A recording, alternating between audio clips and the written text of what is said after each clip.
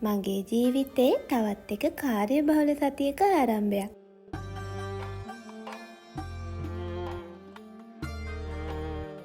ඉතින් මේ පටන් ගත්ත සතිය නම් අපි දෙන්නගේ ජීවිතේට ගොඩක් විශේෂ දවස් ටිකක්. ඒ හැම විස්තරයක්ම ගැන මං ඉස්සරහට ඔයගොල්ලොත් එක්ක බෙදා ගන්නම්කෝ.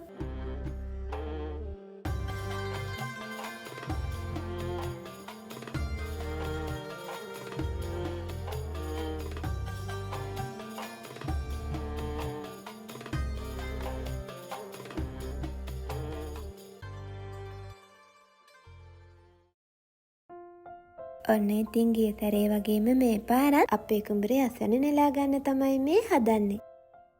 දැන් ඉතින් ඔයගොල්ලොත් අපි මේ දේවල් කරන විදිහ ගැන දන්නවනේ. මේ විදිහට කපා ගන්න අපේ වී අස්වැන්න පොඩි ප්‍රමාණයක් විකුණ ගන්නයි ඉතිරි වෙන ටික ගෙදර වියදමට පාවිච්චි කරන්න මේ විදිහට උරවලට දාලා අපි වෙනම අරන් තියා ගන්නවා. එහෙම වෙනම අරන් තියා ගන්නවා නම් වී හොඳට පාරේ දාලා වේලලා තමයි අපි අරන් තියාගන්නේ. මොකද ඒව නැත්තම් පුස්සල්ලනවනේ.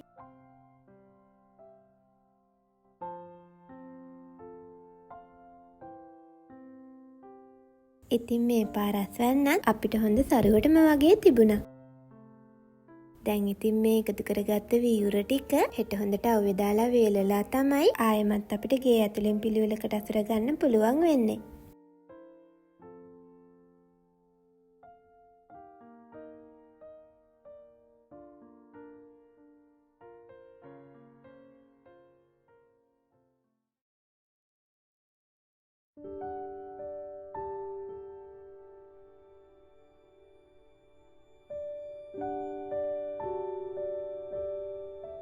ඔන්න ඉතින් මං කලිමුත් කිව්වනේ අපිට මේ පටන් ගත්ත සතිය ගොඩක් විශේෂයි කියලා.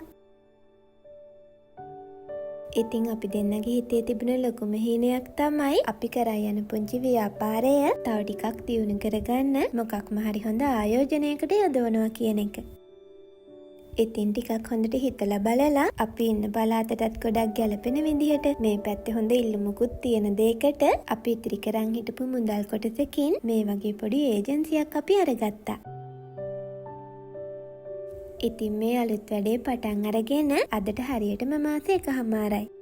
ඒකේ වුණු මාස එකහමාරම අපි දෙන්නගේ කාලය ටිකක් මේ වෙනුවෙන් වැය කරන්න සිද්ධ වුණා. ඒ හේතුව නිසාම මට ඔයාලවත් බලන්න එන්න ටිකක් පරක්කු වුණා.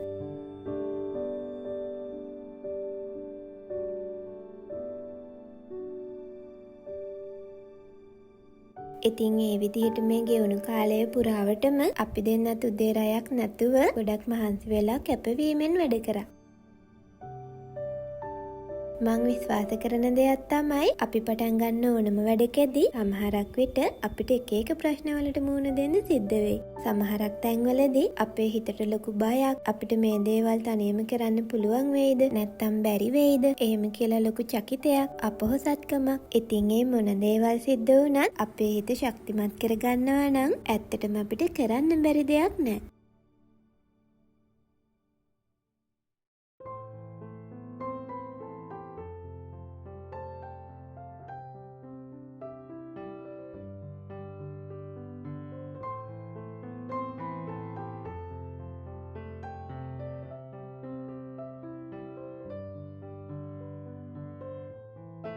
ඉතින් ඔය විදිහට වතාවල් කිහිපයකදීම අපි මේ අලුතෙන් පටන් ගත්ත වැඩේ ගොඩක් සාර්ථකව කරගෙන යන්න පුළුවන් වුණා.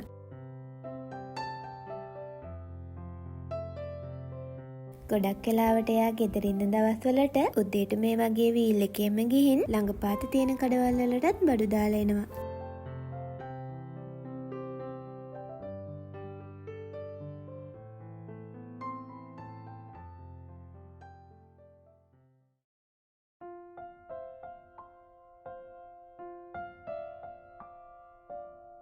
ඔන්න ඉතින් අද අප්‍රේල් 13 වෙනිදා. ඉතින් අද තමයි අලුත් අවුරුද්දට අපි කැවිලි ටික එහෙම හදාගන්න වෙන් කරගත්ත දවස. අද නම් අපි දෙන්නට වැඩ ගොඩක් කරගන්න තියෙන දවසක්. මොකද හෙටනේ අප්‍රේල් 14 වෙනිදා. කැවිලි පෙවිලිත් ඉක්මනටම හදාගෙන ගෙවල් ටිකත් අදහස් කරලා දාන්න ඕනි. ඒක නිසා අද උදෙන්ම අපේ කැවිලි ටික ලෑස්ති කරගන්න කියලා තමයි මේ හදන්නේ.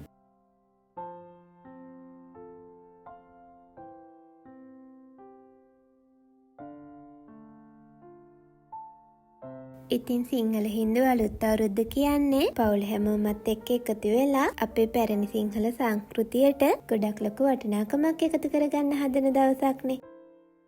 ඒ වගේ වටින දවසකට අපි කොච්චර කාර්යබහුල වුණත් මේ වගේ තෙල් තාච්චියක් රත් කරන එක, පුළුවන් විදිහට රස කැවුලි ටිකක් හදාගන්න එක. ඉතින් මේ දේවල් හැකි විදිහට අපි කරනවා කියන්නේ මේ වටින සංස්කෘතිය ඉස්සරහටත් පරිස්සම් කරගන්න පුළුවන් වෙයි කියන එක.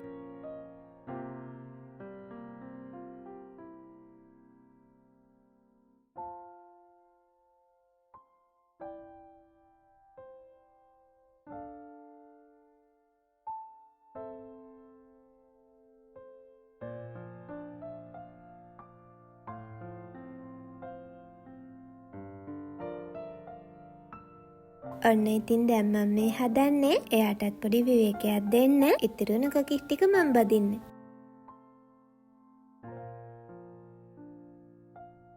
හැබැයි ඉතින් මේ පාර නම් ගිය අවුරුද්දේ වගේ අපිට රස කැවිලි නම් ගොඩක් හදාගන්න බැරි වෙයි. ඒ වුණාට අපි දෙන්න ආසම කැවිල්ල ගොඩක් සතුටින් අද හදනවා.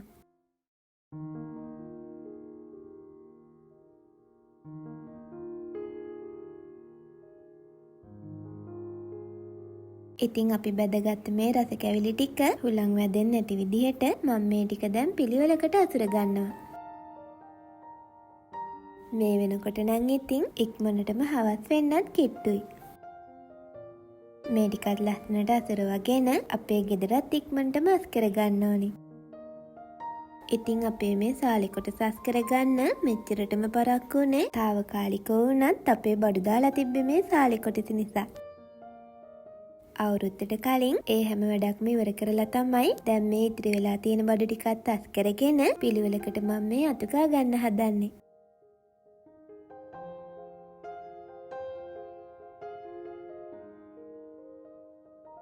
ඉතින් ගෙදර තිබ්බ කර්ටන් එහෙමනම් අපි ටිකක් කල් තියා මේවා හොදලා වේලගත්තා. ඒක නිසා අපේ සාලේ නම් ලොකුවට අස් කරගන්න කියලා දෙයක් නම් තිබුණේ නැහැ. දෙපාරක් තුන් පාරක් විතර ගෙදර නම් හොඳට දූවිලි යන්න අතුගා ගත්තා. අපේ මේ පුංචි කුස්සියත් කලින් දවසේ හොඳට දීප් ක්ලීන් කරලා තමයි තිබුණේ. අද ඉතින් ටිකක් කැවිලි හදනකොට හැඩි වුණ නිසා ඒ ටිකත් මම දැන් මේ ඉක්මනටම අස් කරගන්නවා.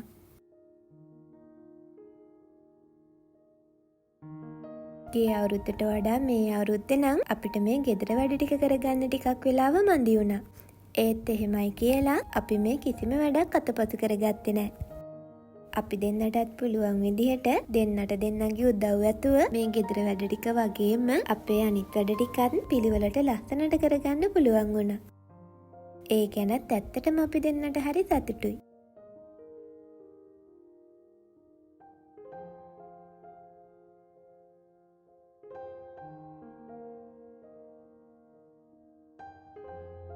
ඔන්න ඉතින් දැන් නම් හොඳටම හවස් වුණා.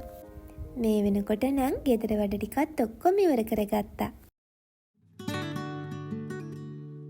ඉතින් ඔයගොල්ලොම බලන්නකෝ අලුත් අවුරුද්දට හැඩවුණු අපේ පුංචි කුස්සිය ලස්සනයිද කියලා.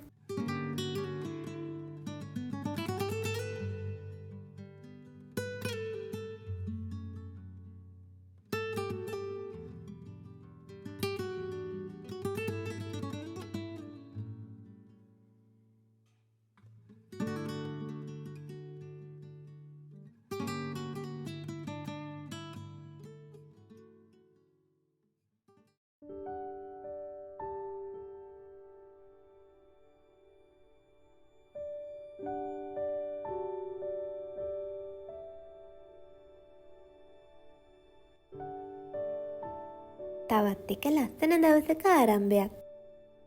අද අප්‍රේල් 14 වෙනිදා. ඉතින් අලුත් අවුරුද්ද උදා වෙන දවස අද තමයි.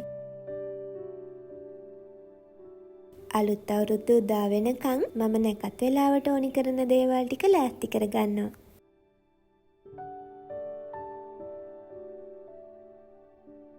ඉතින් මං ඊයේ කැවිලි ටික එහෙම අසුරගත්තේ මේ කාඩ්බෝඩ් පෙට්ටියට දාලානේ. මම දැන් මේ ඒ ටික පිඟන් වලට අසුරව ගන්න තමයි හදන්නේ. හැමදාමත් කියනවා වගේ මේ කැවිලි මේසෙ හදන වැඩේට නම් මං පුදුම තරම් ආසයි. ඇත්තටම මට නම් හිතෙන දෙයක් තමයි ලස්සන අවුරුදු කැවිලි මේසයක් හැදුවහම ඒකේ කැවිලි කනවටත් වඩා මම නම් ආසේ දිහා බලාගෙන ඉන්න. මොකද ඒ තරමටම මගේ හිත වගේම බඩත් පිරෙනවා.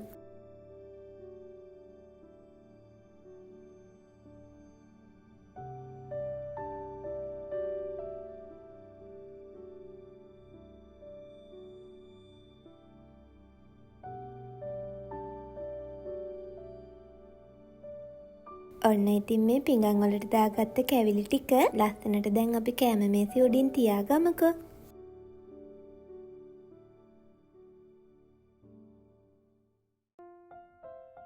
අපේ කැවිලි මේසෙට කැවිලි ටික වගේම චාරිත්‍ර ටික කරන්නත් ඕන කරන අනිත් දේවල් ටිකත් කෑම මේසෙ ළඟින්මම ලෑස්ති කරගත්තා. සාමාන්‍යයෙන් සිරිතක් විදිහට අපේ ලිඳින් අරගත්ත වතුර ටිකට මම මෙහෙම මල් තියලා සරස ගන්නවා. එතකොට ගනුදෙනු කරන නැකත් වෙලාවට මම මේ මල් තියපු වතුරත් එක්ක ගනුදෙනු කරනවා.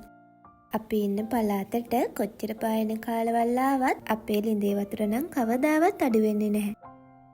ඒ හැම වෙලාවකම ආදරණීය විශ්ව මාතාවට මං හදවතින්ම ස්තුතිවන්ත වෙනවා.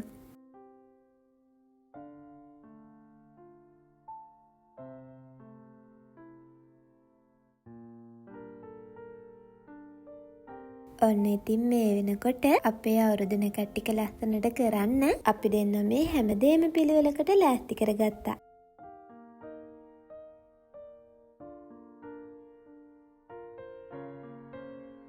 ඔන්න ඉතින් ලිපගිනි මොලවන වෙලාවත් ලං වුණා. අපි දෙන්නගෙත් හිතේ බලාපොරොත්තු ගොඩක් තියාගෙන සුබ මොහොතෙන් මේ කිරිතුරවන්න තමයි දැන් හදන්නේ.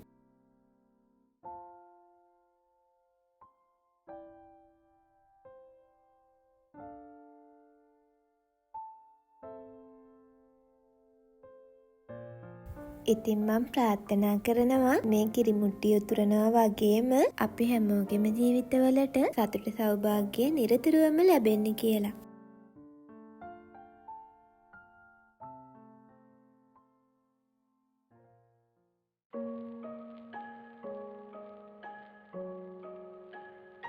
ඉතින් ඔන්න ලිපගිනි මොලවන නැකතෙමුත් පස්සේ අපි දැන් මේ කිරිබත් ටික හදාගන්න තමයි හදන්නේ. මේ වගේ කිරිබත් හදන දවසට මගේ හිතට හරි අලුත් හැඟීමක් ඇති වෙනවා. මොකද අපේ ගෙදර කිරිබත් හැදෙන්නේ හරි කලාතුරකින්නේ. කිරිබතක් ගෙදර හැදෙනවා කියන්නේ ඒක අපි දෙන්නට නම් ටිකක් විශේෂ දවසක්. ඔන්න ඉතින් කිරි ටිකක් එහෙම වැඩිපුර දාලා රසම රස කිරිබතකුත් අපි ඉක්මනටම හදාගත්තා. නැකත් වෙලාවල් ටිකත් ළඟ ළඟම එන හින්දා අවුරුදු 5 දෙකක් දැන් පත්තු කරගත්තා. ඔන්න ඉතින් දැන් හැමදේම සම්පූර්ණයි. ඇත්තටම මම හරිම කැමති ගෙදර හැමෝමත් එක්ක මේ වගේ ගොඩක් සතුටින් ගත වෙන කාලවල් වලට. ඉතින් මං විශ්වාස කරන දෙයක් තමයි ගෙදරක මේ වගේ සුබ දේවල් වෙනකොට අපි ජීවත් වෙන පරිසරයත් සුබ දේවල් වෙන්නම ඉඩ සලස්වනවා කියන එක. ඒකෙන් අපේ ජීවිතවලටත් හරි අමුතුම සිරියාවක් එකතු වෙනවා.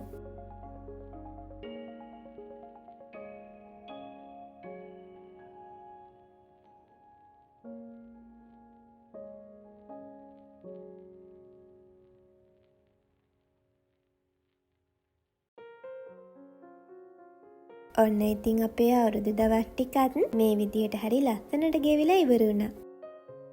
ඒකේ වුණු දවස් ටික නම් හිතට හරිම ලොකු සැනසීමක්. ඔන්න ඉතින් ඔයගොල්ලෝ හැමදාම අපේ මේ පුංචි හොරගෙඩිය කෝ කියලා අහනවනේ. එයත් ඉතින් හොඳින් පරිස්සමට ඉන්නවා. ඔය ඉතින් පේනවනේ එයා දැන් කොච්චර දඟ වෙලාද කියලා.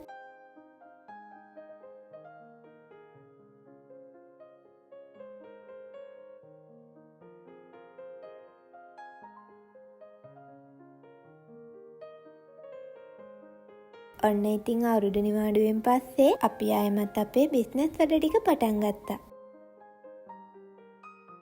ඉතින් ආයෙමත් හෙමීට අපි අලුතෙන් පටන් ගත්ත බිස්නස් එකත් එක්ක අනිත් දේවලුත් සමබරව කරගෙන යන්න උත්සාහ කරනවා.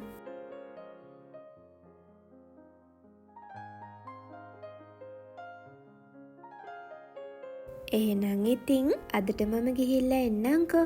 තවත් ලස්සන දවසකින් මුණ ගැහෙනකන් ඔයගොල්ලෝ හැමෝම සතුටින් පරිස්සමින් ඉන්න.